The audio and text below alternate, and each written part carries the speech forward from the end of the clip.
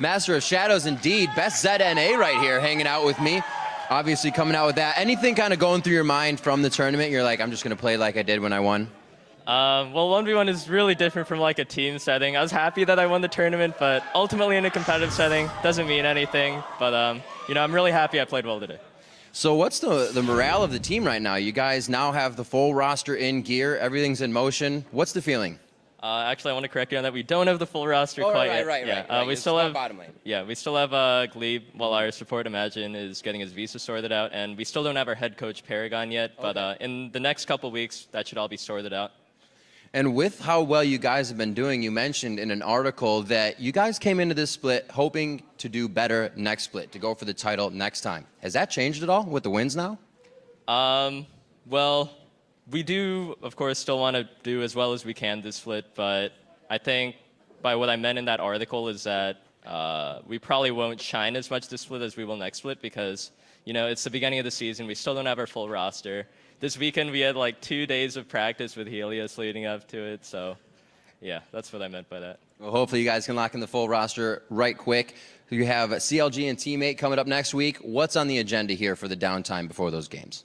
CLG is actually looking really hot right now. You know, they just beat C9, so I think they'll be a really big threat. It'll be tough to beat them. And Teammate as well actually beat TSM, who like completely stomped us yesterday, so we can't underestimate either of them, really. All right, Pobelter, congrats on the win. Best of luck in the season. And we're going to throw it over to the guys at the analyst desk.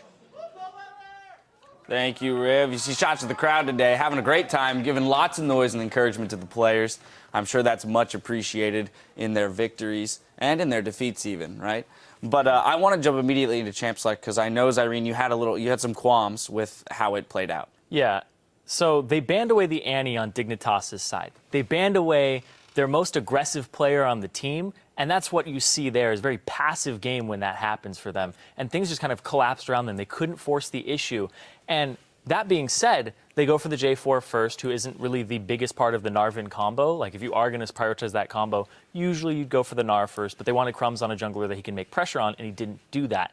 All of that being said, they were not outdrafted here. That is a composition that in the late game, if you are even with another team, you will end up winning the team fights because you have a fed or like at least a very tanky Gnar Jarvan, and then you have the Azir and the Kog'Maw, consistent kind of mixed damage there, physical and magic, against a full AD team on the side of Winterfox. So Winterfox played their composition well, and they just kept up with the pressure early, and they got an early game lead and snowballed it off the split push. So they were not outcomped at all in that. So the champion selects went really well for both teams, is the way that they played them. So there was this air of passivity on this side of Dignitas, and we had the lane swap come through. And I just want to touch on the strategies of the teams and the way that they played the lane swap, because they approached it differently. Yeah, I mean, the 2 times Winterfox has won a game, it's been when they pile on mid lane early on in the game, and Pobelter's on an assassin. That is clearly the strategy that they should be doing when they don't have their full team. Pobelter mentioned in the interview, Paragon their coach and Imagine their support, and really their entire communication structure is not in place yet. So the fact that this team is 2-2 is quite an accomplishment, honestly, with the way they've been in shambles. But I think some of the real story here is how hopeless Dignitas has been looking. Yes, absolutely. So let's, I mean, in talking about it through the scope of the game first, right? Sure. We saw them, on the flip side of the lane swap, attempt to, you know, get the side lanes rolling. And Crumbs struggled to capitalize on any of the opportunities that were given to him. Yeah, he really focused the side lanes, which is, you know, sometimes usually standard for their jungler when you're in a lane swap. You're like, all right, do I go to the 1 and make it a 2 so we can hold it, or do I go and force the 3 and then we have the top laner come down 2 and make it 4? There's a whole bunch of different scenarios that he ran through.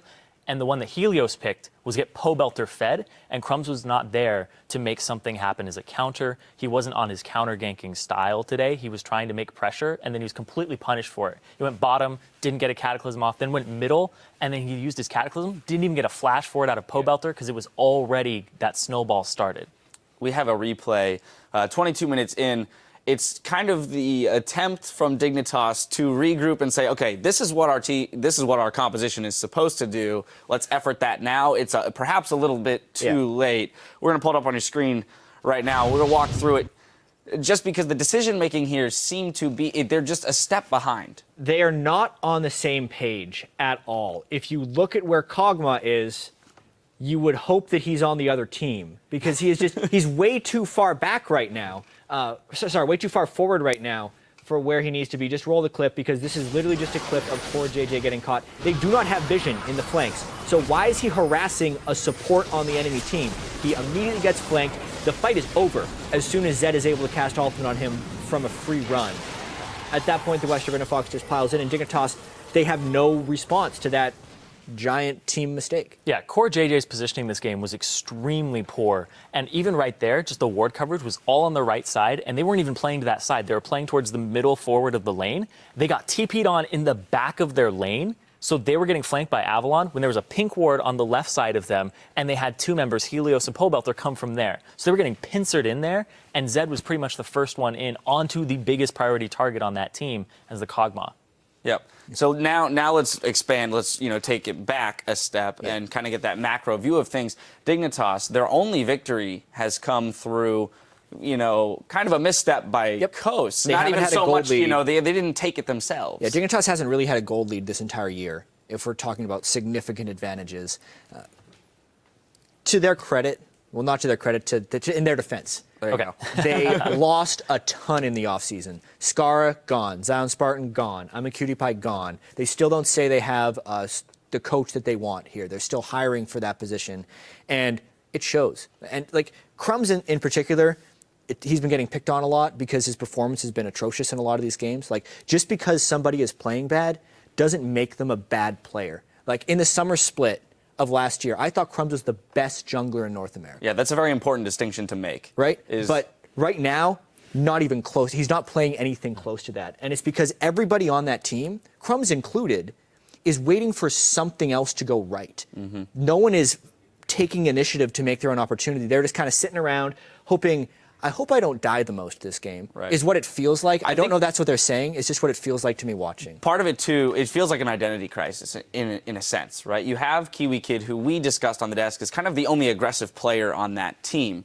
They took him off of his aggressive champion, so he's struggling there in terms of finding his identity as a player now within this team. But then, as a whole, the organization, Dignitas, what is their play style? How are they going to win these games? It's not evident to me in their games. What it is. They've got Shifter in the mid lane. Hope something goes right. That's what you were saying. Well, that's the entire never been time. part of Shifter's strategy. And honestly, Dignitas needs to recognize that in a sense. In his play, he's not someone who makes solo plays. Shifter's style can work, and we've seen it work in the earlier split from Dignitas in the summer of 2014, and we've seen it even in certain games on Coast. He's great at sitting at the back of fights and picking people off, but that requires incredibly aggressive support, top lane, and jungle play for that to happen, and it's just not happening. Yeah, you have to have somebody else force the issue, and everybody is playing really passive on that team right now. The bottom lane, I don't know if they're not synergizing well at all. Crumbs is trying to desperately make things happen, but then when he actually gets the opening, he doesn't fully commit to it. And sometimes he's using Flash way too early. He's not using Cataclysm on the right targets. It's really easy to pick on him. But the thing is he is in a situation where he has to force things. But if he forces it, is everybody going to be there to back him up yet? I don't know if they have that trust yet completely. Yeah. To wrap it up from my end, I don't want to say it's hopeless for Dignitas. Oh, absolutely not. They've lost a lot, and things aren't going well. But it's 4 games and an 18-game split. We'll see if they can turn it around. Right. On the other side of the rift, though, Winterfox, just to kind of wrap up on them as well, because we focused a lot on Winterfox.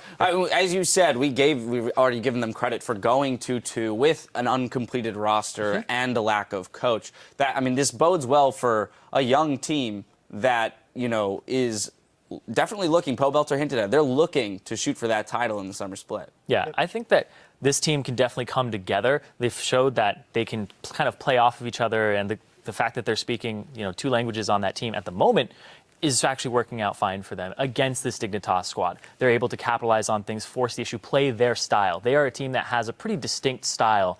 Altec's going to farm. He's going to be their backup carry if Pobelter doesn't get online from ganks from Helios, right? It's pretty formulaic. And right now, Avalon, he seemed much more comfortable on a top lane tank that can get into a fight and not have to worry about getting bullied and just completely shut down. So I think that'll function really well for them if they keep playing to that strength. All right, well, there is more league action coming up, continuing with TSM versus Team Liquid in our third match of the day, so don't go anywhere.